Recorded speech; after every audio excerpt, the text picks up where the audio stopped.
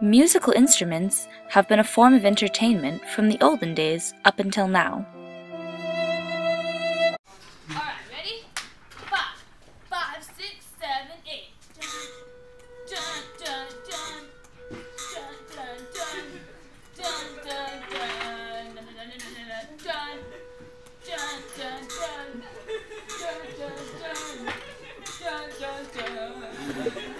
dun.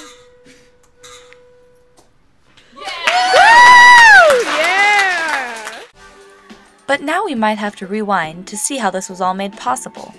Let's go behind the scenes.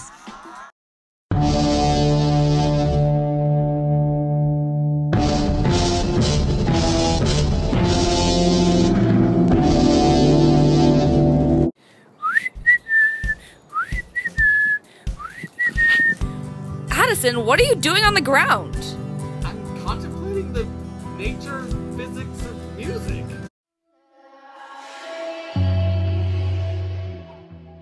A musical scale is a sequence of musical notes in an ascending or descending order.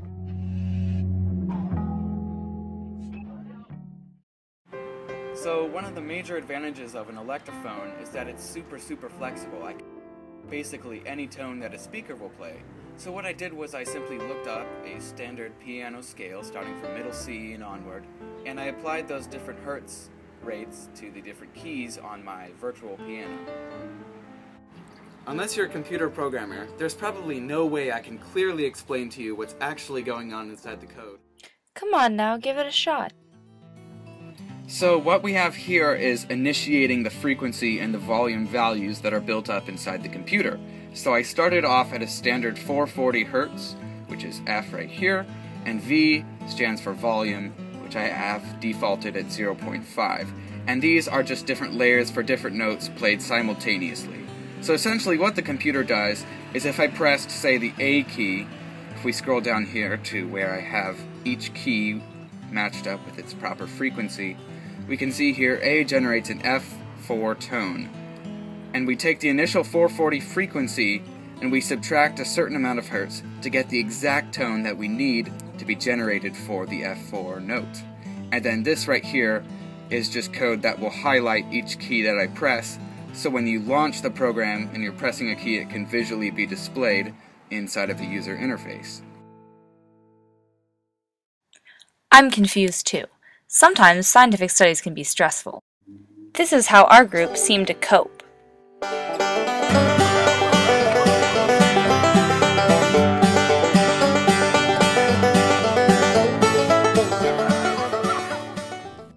Well, that was fun. Now we had to get back to work. What's your instrument called and what type is it? The instrument I made is called Virtua Keyboard, and it's essentially exactly what it sounds like. It's a virtual keyboard made inside a computer, and it has the unofficial classification of an electrophone. So I'm going to make an aerophone. Specifically, it's going to be a recorder of sorts. It's going to have an air read and, notes. I made a marimbula, and a marimbula is an idiophone. It's kind of a harp. It's a chordophone, as you can tell by the strings. It's not tuned.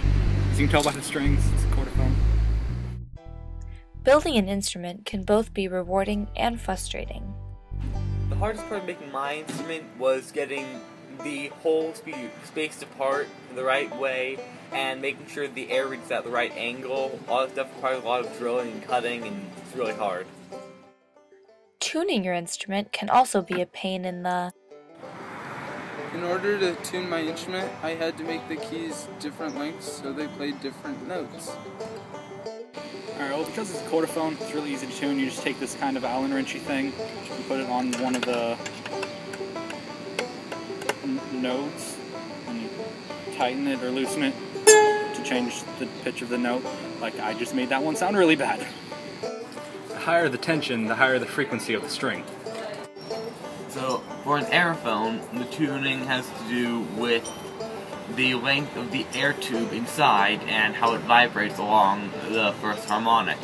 So by lengthening or shortening that tube, I can adjust the frequency because I adjust wavelength, as you can see in the equation, where F equals the velocity over 2 times the length of the aerophone, which is the wavelength in the first harmonic.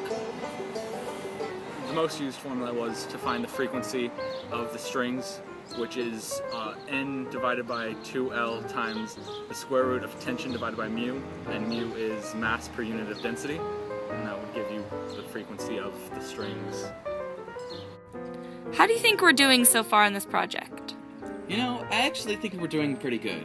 Especially with this instrument, we've got a flexible basis, so if a student makes an instrument to a different scale, I can easily readjust mine to match his scale. So I think in the end we'll end up with a final product where all of our instruments are relatively close sounding to each other, and you know, it's one of those projects. It's dense, it's challenging, but it's fun. Through all the hard work, it managed to pay off. We're proud of our instruments and proud of our performance. Music project off the list? Check.